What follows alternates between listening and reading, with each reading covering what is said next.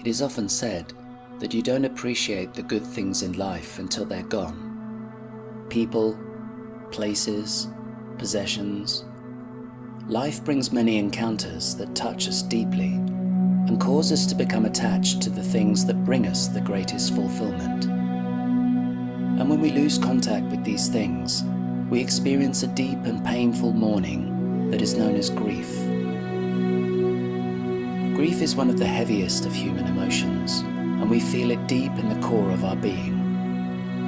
Just as love causes our spirit to expand through the fulfillment of our deepest need, so too the loss of what brings that fulfillment causes the deepest hurt that a human heart can encounter. But loss is part of life, and so each of us must find a way to handle this heavy experience in a way that enables us to rise above it, so it does not crush our spirit. In life, it is important to distinguish between the things we need and the things we want. These things can be hard to separate, but in navigating the challenges of life, it is something we need to understand. The journey of life will inevitably feature loss. Some of the things that we lose will be replaceable, but the people we share our lives with and the experiences we create are felt in the moment, and so when they are gone, it can often be final. And so part of grief is learning to accept the loss of things that will never return, of mourning for things that we love that cannot be restored. And yet there is another side to grief, which is feeling the loss of things that we love when those things may be reclaimed. In some cases, this may be necessary because our loss may have hurt us so badly that our heart may have become closed as a reaction. Human beings cannot live this way, for we are spiritual beings that thrive on love, connection, and passion. And if we continue in life with a closed heart, we will suffocate due to the fact that we are closed off from the energies which sustain us. In our current situation, we are collectively experiencing enormous losses. Some of us are experiencing material losses, such as damaged careers, failing businesses, and the uncertain future which lies ahead for us. But arguably, the greatest harm has been inflicted on society, on the environment that we share as our social landscape, the culture in which we live our lives. When the government declared a national lockdown, people complied because we wanted to prevent the COVID-19 virus killing thousands of people. To avoid that outcome, we remained under house arrest for many weeks, with all of the stress that entailed. Our lives became fixated on the spread of the virus, and the media bombarded us with a relentless campaign to keep everyone afraid enough to maintain these miserable conditions.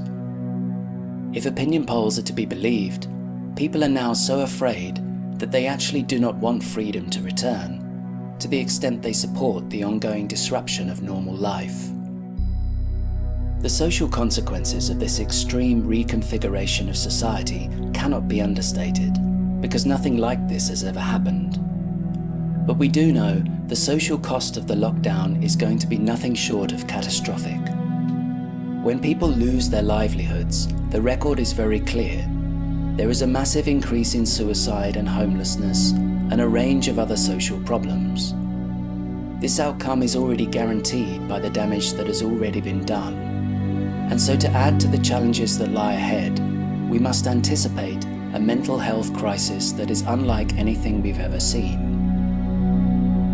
With the ongoing burden of the pandemic, the healthcare system will simply not be able to adequately handle this explosion in mental health problems.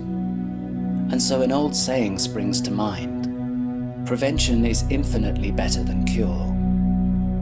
In this context, to prevent people from sliding into despair and conditions of crisis, social networks will be crucial to provide support for people in need. But this is why our current situation is so alarming. Social distancing and the attendant hysterical levels of fear are causing people to be more isolated than ever before. The current policies are making it extremely difficult for people to reach out and connect, particularly those who do not have an existing social network. Whereas before such people could find new connections anytime in meetups, at church, or any number of other gatherings, now all of that is suspended, and so they are cut off from the very thing that could prevent them from becoming another statistic that plagues our future at a cost that cannot be predicted.